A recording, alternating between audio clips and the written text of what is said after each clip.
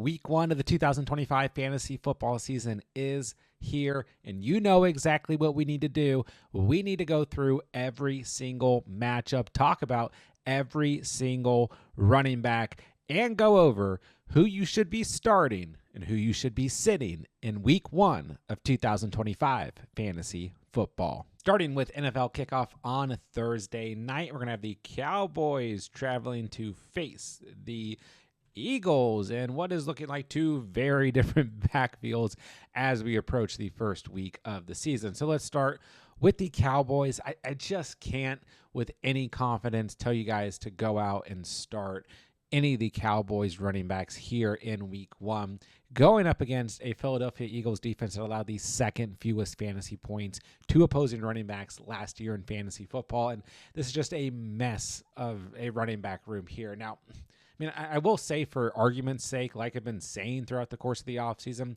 from a fantasy perspective, at least to begin the season, I think Javonte Williams will give you the safest floor and get the bulk of the carries. But, there is a high chance here we see some Miles Sanders and maybe even one of the rookies pop in here and there.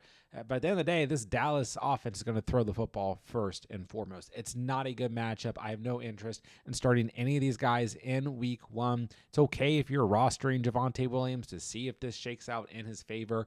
But in this week 1 matchup against the Eagles, all these guys are going to be sits for me. Then obviously Saquon Barkley for the Eagles, the only running back that we really need to talk about. And he is a lock for an absolute must start. Going up against a Cowboys defense that was very soft against the run last year, allowing the 23rd most fantasy points to opposing running backs on the season. And do we need to break anything down about Saquon Barkley? No, this was a top 5 draft pick in all of your guys' fantasy drafts. You are starting Saquon if you own him. He's an absolute must start at home in week 1 in a smash matchup. Moving along to Friday night's game, we're going to have the Chiefs traveling to face the Chargers in what should be a good divisional matchup featuring two teams that have two pretty good defenses against the run. Let's start with the Chiefs backfield, which is a little bit confusing, it feels like, because we expected this to be a backfield that was really fantasy relevant last year. And, Isaiah Pacheco was on a good pace through the first 2 games of the season last year. Then he got hurt. Then it was a toss-up on the waiver wire. Kareem Hunt was the most notable player during Pacheco's absence. And then when Pacheco came back, he just really didn't do a whole lot from a fantasy perspective. But we're going into 2025 kind of imagining things revamped here. I just don't think Pacheco was ever fully healthy last year. I think this offense as a whole, with more healthy wide receivers and hopefully better offensive line play overall, is going to be what we're kind of used to from a fantasy perspective, or at least better than the regression we got last year from a fantasy perspective out of the Chiefs offense. So I do like Isaiah Pacheco going into this matchup. I think he is flex worthy. He's not as low as some of the running backs that you guys will see in today's video in terms of like the tier that I'm just kind of like, if you have nothing better, you can start these guys. But I do think that he is startable. But keep in mind the Chargers allowed the 8th fewest fantasy points to opposing running backs last year. And I do think we're going to see somewhat of a, I don't want to say a running back by committee for the Chiefs, but other running backs implemented. But I think Pacheco gets the bulk of the carries. If you own him, he's a solid flex option, but I don't know how high his ceiling is going to be. But I do expect him to get the goal line work. So for that reason, he does have some upside in terms of touchdown upside here in week 1. But he is the only Chiefs running back I would consider in just about any format. Then we look at the Chargers, another kind of revamped backfield, so to speak, as we move into the 2025 season. We've got the rookie Omarion Hampton. Then we've got one-eye Willie Najee Harris, who at the time I'm recording this, it does look like Najee Harris is going to have a shot to play in Friday's action. The only other running back here on the roster would be Hassan Haskins. So let's start with the rookie Hampton. Listen, once again, a tough matchup. The Chiefs allowed the fewest fantasy points to opposing running backs in 2024. But Hampton just has way too much upside. This is a player that you went out, you spent high draft capital on, you're expecting big things out of. I think a lot of us have been huge fans of Hampton throughout the course of the offseason. Hampton is going to get plenty of opportunity, and I still think likely he's going to get the goal line work for the Chargers as well. So if you own Hampton, I say fire him up. I don't know if I expect the highest ceiling out of him. Week 2 against the Raiders, probably better, but the volume should be there. And I do think Najee Harris, if he suits up for this game and is active, he will get touches in this game. But I think with the amount of time he's missed in the offseason, Najee's going to see a lot less volume than Hampton. Hampton's going to be the guy who gets the bulk of the carries, and for that reason, he is a start here in week 1. Moving to Sunday's action, starting with the early slate of games, we're going to have the Dolphins traveling to face the Colts, and we do have a bit of a shaky situation when it comes to these Dolphins running backs because we know that Devon Achane is dealing with that calf injury. All signs and reports are pointing towards him still playing in week 1, on track to play in week 1, but part of me is a little concerned about Achane and his status for week 1 because he does have somewhat of an injury history, right? And these calf injuries sometimes can be very minor. Sometimes they can turn into something that leads to a serious injury like an Achilles injury. So, I mean, I don't want to be overly concerned about Devon Achane, right? Because this is a very good matchup against the Indianapolis Colts. Although they are on the road, the Colts still allow the 22nd most fantasy points to opposing running backs last year. So for me, if Achane's listed as healthy, I say you just take the upside, roll with them, try not to overthink it. If it was a really tough matchup, maybe I think differently, but I think Achane, come on, you spent the draft capital on him. Let's roll with the upside here in week 1. But Ollie Gordon gets an asterisk here. We know that Jalen Wright's going to be out for this game, right? And for a few weeks as well. Ollie Gordon is a player, dependent on Achane's status, that I do think could get some very good volume in this game and relieve Achane throughout the course of the game, right? Or if maybe we do see Achane not play, Ollie Gordon, who sits at 49% rostered at the time of recording this, could definitely shoot up in roster percentages across fantasy leagues, right? So Ollie Gordon, a player to definitely keep a close eye on and looking like a strong handcuff situation for the first couple of weeks of the season. When it comes to the Colts, I mean, Jonathan Taylor, you start him no matter what, right? This was still the RB12 in fantasy football and PPR last year, only playing through 14 games, still with poor quarterback play. So if you're worried about this offense, Danny Dimes at quarterback, whatever, they're going to have to lean on the run game somewhat, right? Because the passing game will probably have some woes throughout this matchup, even though it's a pretty good matchup for the passing game, right?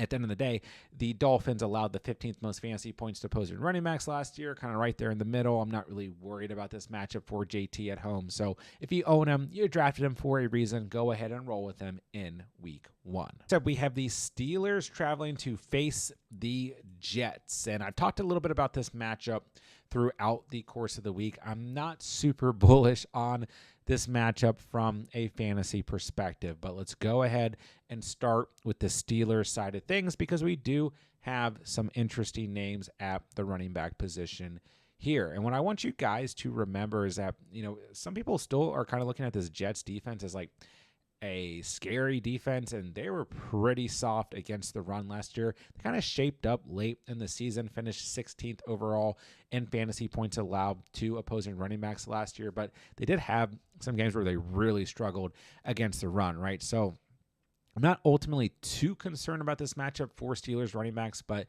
maybe Aaron Glenn, defensive-minded head coach, maybe this changes a little bit tougher here early in the season. Maybe it's about the same, hard to say.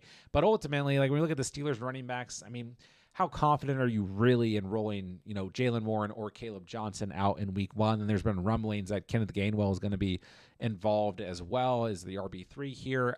For me, if you own Caleb Johnson, sit back, let this thing play its course. I don't really think through the first 4 weeks of the season before an early bye week in week 5 for the Steelers, we're going to see a ton of Caleb Johnson. I think it's maybe his backfield to take over as the season goes on.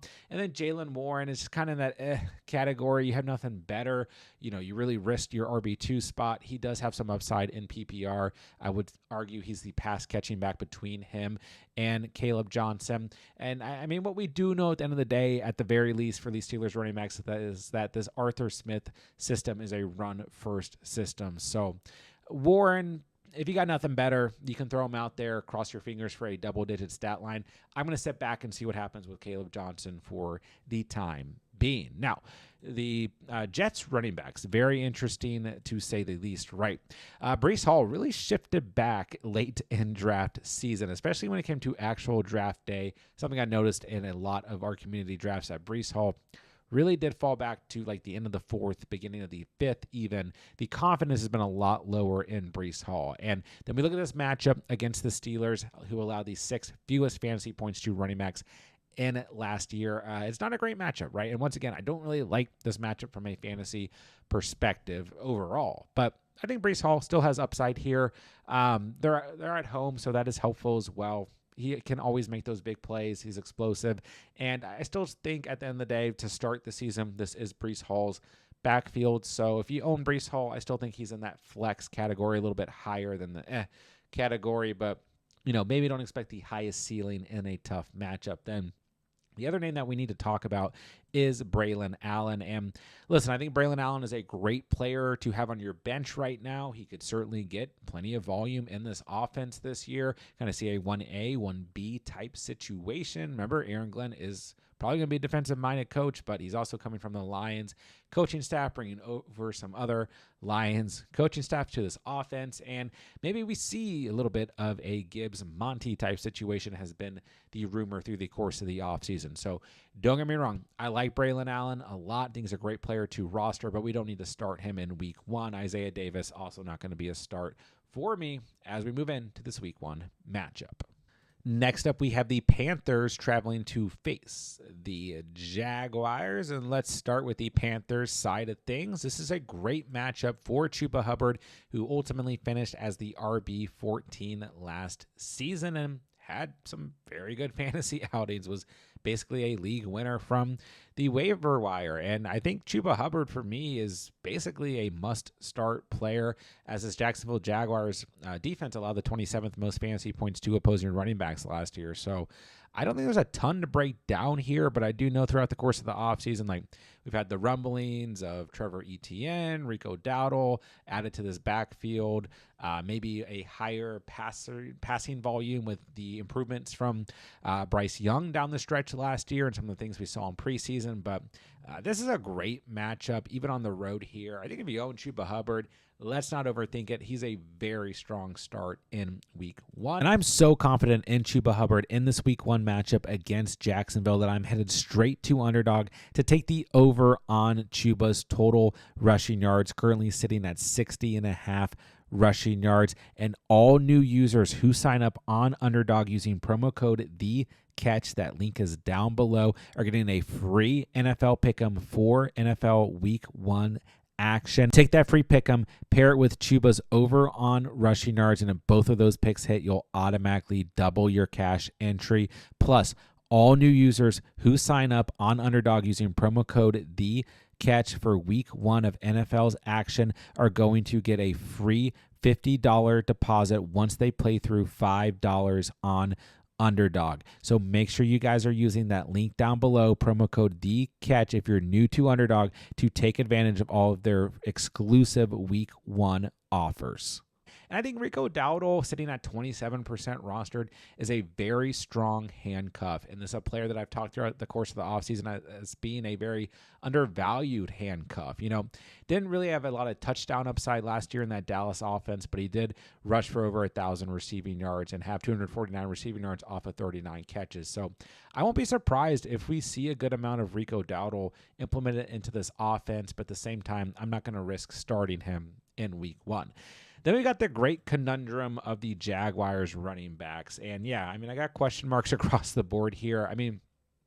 Me personally, I wouldn't be confident starting any Jaguars running back in week one. But this matchup against the Panthers, who allowed the most fantasy points to opposing running backs last year, makes it very enticing. It's just, how exactly is this one going to shake out in terms of volume? I don't think Bashaw Tutin can be considered in week one. I think it's between Tank Bigsby and Travis Etienne. And I think that the ship here is still kind of split in terms of who is the RB1, right? Some people leaning towards Tank Bigsby, which preseason kind of led to that. But a lot of people still thinking ETN will get enough volume in a Liam Cohen system that, allowed for enough fantasy production out of Bucky Irving and Rachaad White last year that there's still enough standalone value for an RB2 in this system. So listen, I think it's risky. They're both flexible in that lower kind of flex tier for me because of the matchup, right? And so I still have question marks here. I wouldn't be like super confident, but I think that one of these two guys is more than likely going to pay off in big fashion in week 1 at home in a very, very good matchup. So move with risk, but ETN or Bigsby still flexible in week 1. Chuba Hubbard, though, a great start as we approach the week. Next up, we're going to have the Cardinals traveling to face the Saints. Let's start with the Cardinals side of things. It's old, reliable James Conner in a good matchup against the Saints, who allowed the 19th most fantasy points to opposing running backs last year, but they still had some very soft moments against the run ultimately. And as the season went on, they got worse against the pass, and it made their run defense ranking a little bit higher. But at the beginning of the season, it was the opposite. Nonetheless, I mean, you drafted James Conner, right? You probably feel good. This is the RB11 from last year. As long as he's healthy, he should get the volume. I know there's been some rumblings of like more Trey Benson this year, but until I see it, I'm just rolling with James Conner if I own him. I don't know how high the ceiling is, but I do think that this is a great matchup overall for the Cardinals going up against what is likely the worst team in the NFL. So Conner, I'm starting him. Trey Benson, DeMarcado, Michael Carter, whoever else is hanging around on this roster at the moment. I don't even know if Michael Carter's still on the roster. I'm sorry if he's not, but whoever else it is, I'm not starting them. I know Trey Benson's going to be the most popular name here, sitting at 56% roster at the time of recording this. He's still just a handcuff until further notice. Don't overthink it. Conner, good start. Everybody else, a sit. I mean, when we move to the Saints here, it's basically the same thing. Alvin Kamara, still a strong start, still a player that you want in your starting lineup. The Cardinals were very bad against opposing running backs last year, allowing the 29th most fantasy points to the position. So I think if you own Kamara, feel good. I mean, this is probably the only Saints player that I really feel good about in week 1. We know at the end of the day, even if Spencer Rattler is struggling, he's going to dump the football off a lot to Alvin Kamara. We actually saw that last year in starts with Spencer Rattler. And I mean, Kamara is that guy in full PPR who's going to find a way to get it done as long as he's healthy, no matter what, whether it's on the ground or through the air. You own Kamara. Feel good here in week 1. It is a fantastic matchup. In terms of anybody else on this roster, Kendre Miller, rookie Devin Neal, whoever you guys are looking at, they're not going to be an option in week 1, and they're kind of back to your handcuffs anyway. I don't think they need to be rostered at the moment. So Kamara, strong start. Conner, also a strong start here in week 1.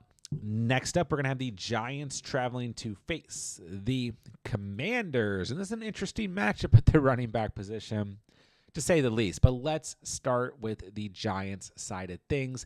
I've been pretty high on Tyrone Tracy throughout the course of the offseason. I think he's been one of the more underrated running backs through draft season, right? And this is a good matchup. The Commanders don't have a great defensive line, allow the 24th most fantasy points to opposing running backs last year. And the way I look at this is Tyrone Tracy's backfield still until further notice. I know that Scadabo's here. He's healthy. He played at the end of preseason.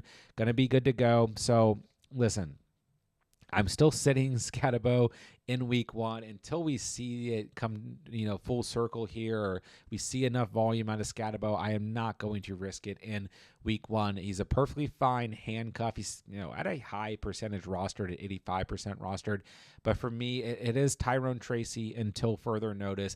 And I think that Tracy's a strong start once again in a good matchup, even on the road. And once again, I think this offense, will be capable with Russell Wilson at quarterback through the air, but they're still going to need to lean on the run game. So I like Tracy in week 1. I've got him in the start category, even if he's maybe a lower end start. Once again, it's a good matchup.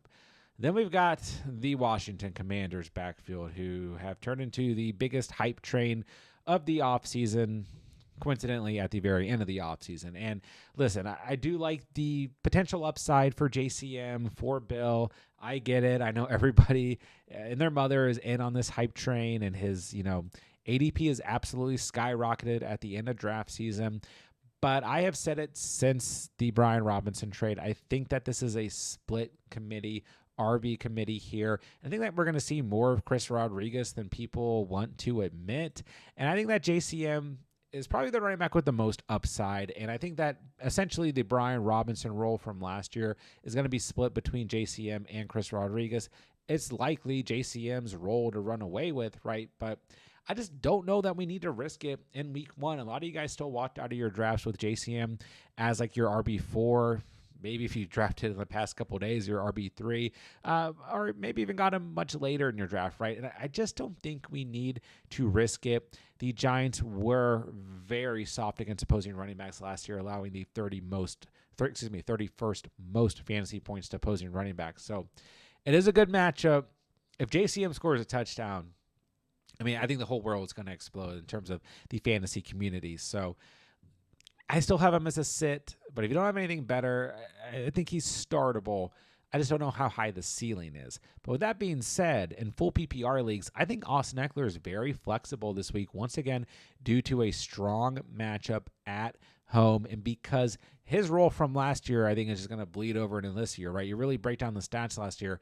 Eckler's role was through the air as the pass-catching running back, had a little bit of volume on the ground, but ultimately on the season, only 77 touches on the ground, 41 targets, 35 catches. So I think Eckler will have that PPR upside, be utilized in the passing game, and I do like him this week, once again, due to the matchup. So I think he's in the flex category for me and the most startable Washington Commanders running back in week one. We will see how things shake out. Next up, we're going to have the Buccaneers traveling to face the Falcons, and let's start with the Buccaneers side of things. Bucky Irving is a smash start in week one. I mean, I'm very high on the entire Buccaneers offense in week one, and ultimately what is a good matchup against the Falcons. Now, this Falcons defense may be stronger against the run than they were against the pass last year, but ultimately 11th overall against the run. You know, I'm still not scared here because I believe in this Buccaneers offense at the end of the day. And if you drafted Bucky, you're starting him every single week, no matter what. Rachaad White, I still think, is a solid handcuff. I know I'm a long-time Rachaad White truther if you guys are new to the channel, and he is banged up day-to-day with that groin injury, so we don't need to consider starting him in week one, even if he's deemed good to go. It's going to be Bucky for a majority of this game. But, you know, once Rachaad White is healthy again, I do think he'll have some sort of volume in this backfield. Sean Tucker, worth keeping an eye on, but until we see something consistent for White or Tucker, they don't need to be considered in any way. It is Bucky Irving until further notice. And then we look at the Falcons, it is Bijan Robinson and nobody else until further notice. I still think that this is easily a running back who can finish as the RB1 on the season, coming off a season where he was the RB3 last year, right? And ultimately, while the Falcons have quietly had some injuries to their offensive line, this is still a player that you drafted to be your RB1 throughout the course of the season and that you absolutely have to start, even in a tough matchup against a Falcons defense that allowed the 7th fewest fantasy points to running backs last year. Come on. Fire up Bijan Robinson no matter what in week one. Tyler Algier, a solid handcuff, but nothing more than a handcuff as we approach the week. Next up, we have the Bengals traveling to face the Browns. And speaking of Browns, Chase Brown is an absolute lock for a must-start player in week one. A player that I absolutely loved throughout the course of the offseason, who has a ton of PPR upside in the pass-catching game, but can also be extremely efficient on the ground. And he's not going to start the season, splitting carries with Zach Moss. This is the locked and loaded RB1 for the Bengals, and a matchup that could ultimately lead to a lot of points because of two porous defenses. Now, the Browns, if anything, were good against opposing running backs last year and against the run game, allowing the 5th fewest fantasy points to the position last year. And surprisingly, the Bengals only allowed the 13th most fantasy points to opposing running backs last year. So this isn't the best matchup for either team in terms of running backs, but when it comes to Chase Brown, you are starting him, and if you own him, you already knew that, right? But Taj Brooks, Samaje Perine, anybody else here, let's just sit back, see if there's a solid enough role for them to be considered potential handcuffs. But until then, Chase Brown, nobody else. Now, We look at the Browns, right? It's kind of a confusing situation at the time of recording this because the Quentin Junkins issue is still up in the air, and we don't know if he's going to be signed to this team, if he's going to play week 1, whatever it may be. I think most people would think it's trending towards he's not going to play week 1, right? So until we know what's going on there, we just have to assume that it's Dylan Sampson and Jerome Ford and nobody else. Now, I do think that Dylan Sampson, as long as Quentin Junkins is not in the picture, I think that Dylan Sampson is a sneaky start here in week 1 if you are absolutely desperate, and he's a good player to go ahead and maybe stash. He sits at 49% roster at the time of recording this, and Jerome Ford sits at 50% roster. I just don't really feel like the Browns have ever committed to Jerome Ford. I mean, he did have some moments last year and, was okay in 2023, but I feel like Dylan Sampson has a bit more pass catching upside, and we saw some of that in the preseason. And once again, due to the nature of this matchup, we could see plenty of volume through the passing game. So Dylan Sampson, a player to keep an eye on for sure, either way, especially if there's no Junkins in this matchup, which is trending towards there's not going to be. But ultimately, do you really need to go out and start Dylan Sampson or even Jerome Ford in week 1? I don't think so, but let's keep a close eye on this Browns situation as we move into week 1. Next up, we have the Raiders traveling to face the Patriots, and in exciting fashion, the Raiders' backfield is no longer a complete mess and a complete guess every week from a fantasy perspective. We know Ashton Genty's the RB1 here. He's going to see the bulk of the carries, and he is a strong start in week 1. And if you drafted him, you're starting him anyways. You spent too much draft capital to start him. But I do want to say, it's kind of this trend moving into week 1 that the Patriots defense is something to be worried about. They're not. They allowed the 25th most fantasy points to opposing running backs last year. They were not a strong defense last year, and I know ultimately Mike Vrabel's the head coach now, going to be defensive minded or whatever, but till we see it happen, I'm not worried about this Patriots defense from a fantasy perspective, and Ashton Genty is a strong start. I think we could possibly see some Raheem Mostert in this game, and I wouldn't be surprised, if we do see some volume go to other running backs not named Ashton Genty in his first NFL start, but it's going to be a majority Ashton Genty, and please, for the love of God, in any format, even if you're in a 24-man format, don't start Zamir White ever again. He is exiled from ever being considered on this channel again after I drafted way too much from him in late rounds last year. But getting back on track here, the Patriots backfield is very interesting as we approach the week, right? We know that this matchup against the Raiders is okay. They allowed the 14th most fantasy points to opposing running back, so it's okay. It's not great. It's not awful. And ultimately, we've got the exciting rookie in Travion Henderson. Then we got the two old vets, right? Ramondre Stevenson and Antonio Gibson. And once again, I mean, it's likely that volume is going to go to running backs that are not just the rookie running back in this matchup. But I just can't really see myself wanting to start Ramondre Stevenson for any reason, or Antonio Gibson. Like what is the upside? What kind of situation are you in that you need to start either of these running backs in week 1? I know Ramondre still got drafted in a lot of leagues, right? And that's fine. I do think he will see some sort of volume, but what's the real upside here? I mean, maybe he's the goal line back. Let's just sit back and see how it shakes out. But I think Travion Henderson, too much explosiveness, too much juice here. The flex upside is there. I don't want to call him more than a flex. I don't want to call him like as low as the category. I'll take the upside. I'll take the swing, take the risk if you own Henderson. He's flexible in a decent matchup at home here in week 1 against the Raiders. Moving into the afternoon games, we've got two backfields, kind of notorious for backfield injuries. Let's start with the San Francisco 49ers. It's Christian McCaffrey. He's back, baby. I have full faith in a healthy season from Christian McCaffrey. And if you own him, hey, you spent enough draft capital on him that you are starting him. It's a good matchup against the Seahawks, who allowed the 20th most fantasy points against opposing running backs last year. Don't overthink it for any reason whatsoever. C-Mac is a great start in week 1. There's been no setbacks throughout the course of the preseason. He's good to go. I think he might be kind of doing some weird voodoo or something over there in this locker room where all the wide receivers are getting hurt and Maybe some of the backup running backs have gotten hurt, but he's good to go. That's all that matters if you own him.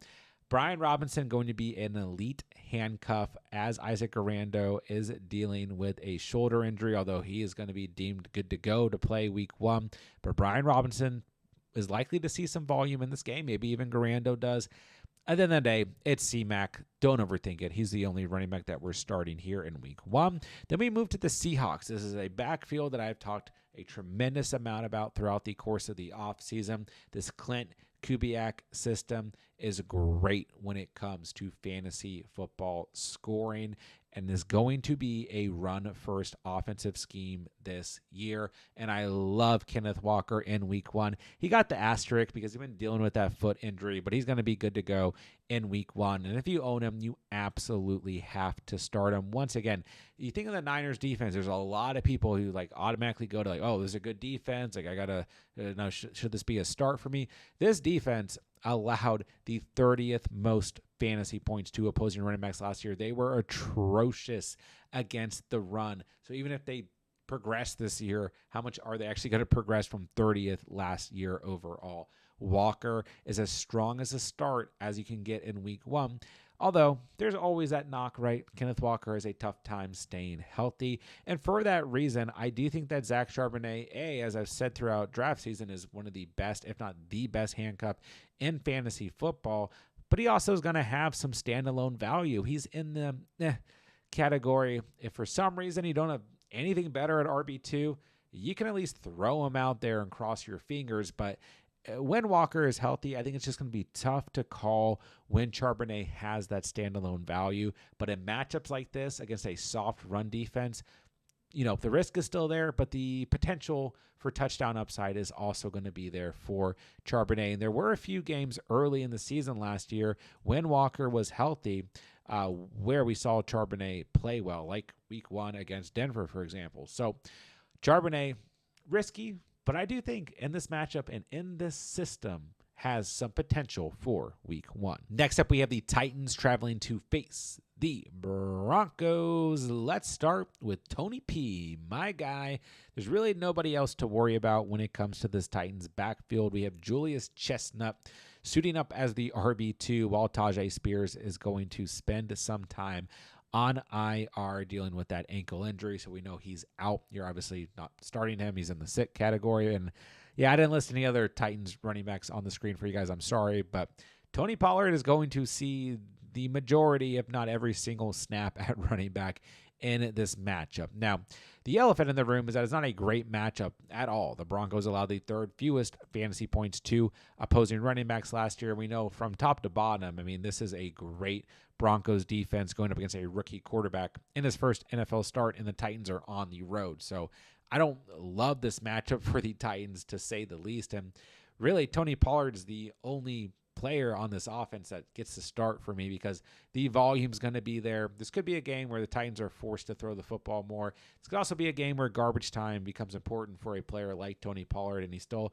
stumbles into the end zone. So I'm going to choose to take the volume here, even though the matchup's not great and the game script probably not great either. I'm still starting Tony Pollard as a strong RB2 in week 1. It just depends on who else is on your roster, but I think he's very startable still as we approach the week. Now we got a revamped Broncos backfield. No more Javonte Williams, Audric Estime mess that it was last year. Jaleel McLaughlin still hanging around, I suppose. But let's start with J.K. Dobbins. I think he's flexible, and I think he's going to see the bulk of the carries in week 1. I like R.J. Harvey, don't get me wrong, but I think early in the season, Dobbins, the veteran running back, is going to see more touches, and I've said that throughout the course of draft season, and I just think Dobbins is a solid start in week 1. I think that the Broncos are going to have a good offensive day. It's a great matchup. The Titans allowed the 21st most fantasy points to running backs last year, so I think J.K. Dobbins is a solid flex in week 1. I won't call him more than that, but he's one of my favorite flex upside options. A little bit of risk, don't get me wrong, but I do like him. R.J. Harvey could be wrong here. He could be maybe the more solid flex option who sees more volume. Maybe it'll come down to who gets more goal line work, who potentially scores, but I think Harvey is certainly still startable in week 1. but I'm going to give the edge to J.K. Dobbins as we approach the week. Next up, we'll have a divisional matchup between the Lions and the Packers, two very good backfields when it comes to fantasy football. And let's start with the Lions. This is the easiest backfield every single week. As long as these guys are healthy, Jahmyr Gibbs, David Montgomery starts every single week. Don't overthink it. And yes, Jahmyr Gibbs is the kind of pick for, the upside play here, the pass catching role, all that stuff. But just don't forget, David Montgomery, double digits every single game last year except week 7 against a good Minnesota run defense, and week 15 where he got hurt and only played 30% of the snaps in that game. Every other game, double digits right next to Jahmyr Gibbs, who had double digits every game last year. So listen, there's nothing to talk about here on a weekly basis. I know that Micah Parsons has now been added to this Packers defense, so we need to consider that because this was a unit that was much better against the pass than against the run last year. I think it's safe to assume that it's going to improve this coming year, at least somewhat, right? Although they did lose Kenny Clark, who's a great defensive tackle. So we'll see what happens, right? But on paper, it's still a good matchup for the Lions running backs. And once again, are we going to overthink this? No. Gibbs, solid start. You start him no matter what. Monty, still a very strong RB2 for you guys in week 1.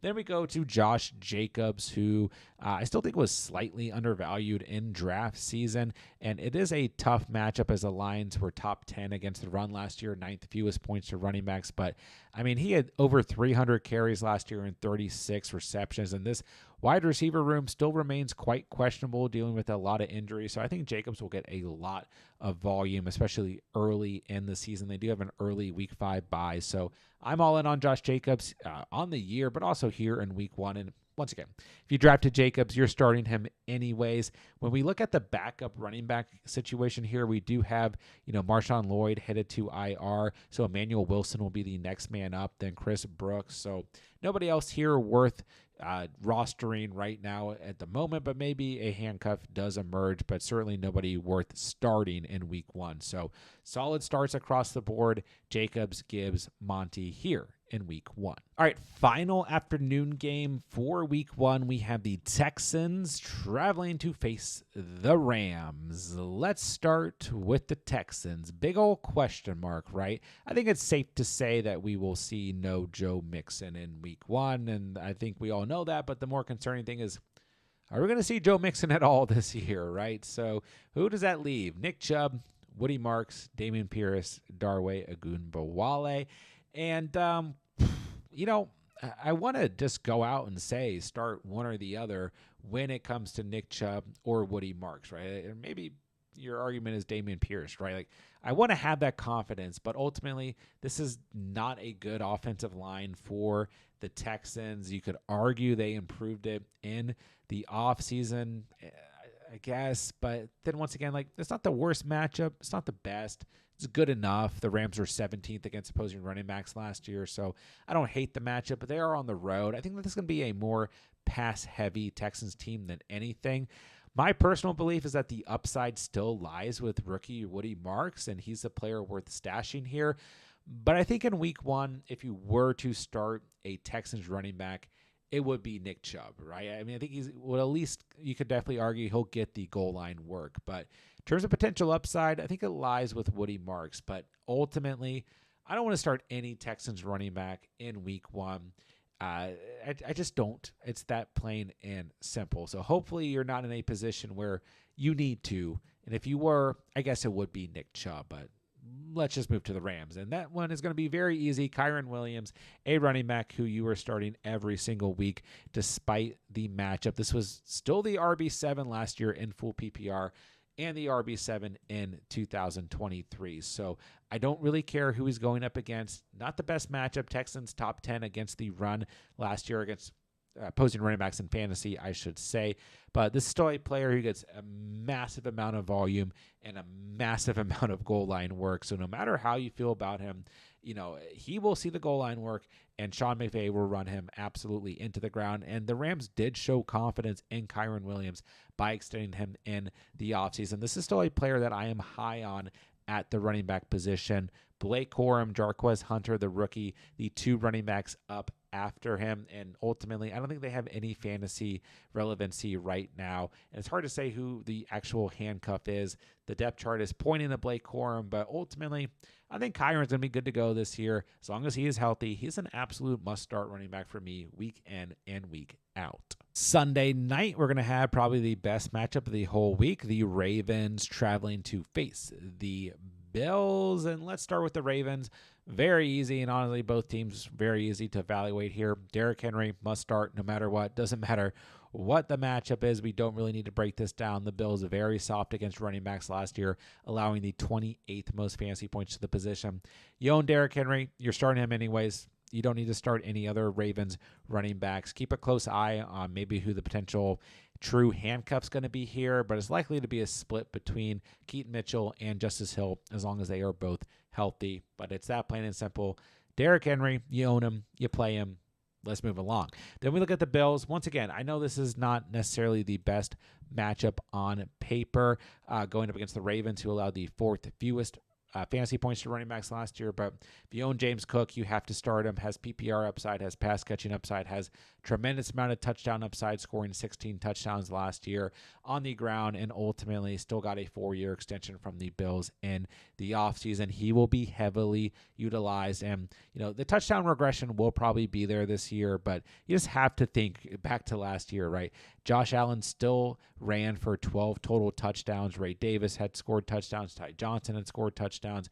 And James Cook still had 18 total touchdowns, including his receiving touchdowns. So even if he regresses this year, how bad can it really be, right? James Cook, for me, is an absolute must-start regardless of matchup. And Ray Davis is a strong handcuff. He is sitting at 42% rostered, so a lot of people agree. But other than that, there's nothing to consider here. James Cook, Derrick Henry must start running backs in week 1. Last but not least, we're going to have the Vikings traveling to face the Bears for Monday Night Football. Let's start with the Vikings. This is certainly an interesting Vikings running back room that I think has, had a lot of steam throughout the course of the offseason. They get a great matchup against a Bears defense that allowed the 26th most fantasy points to running backs last year.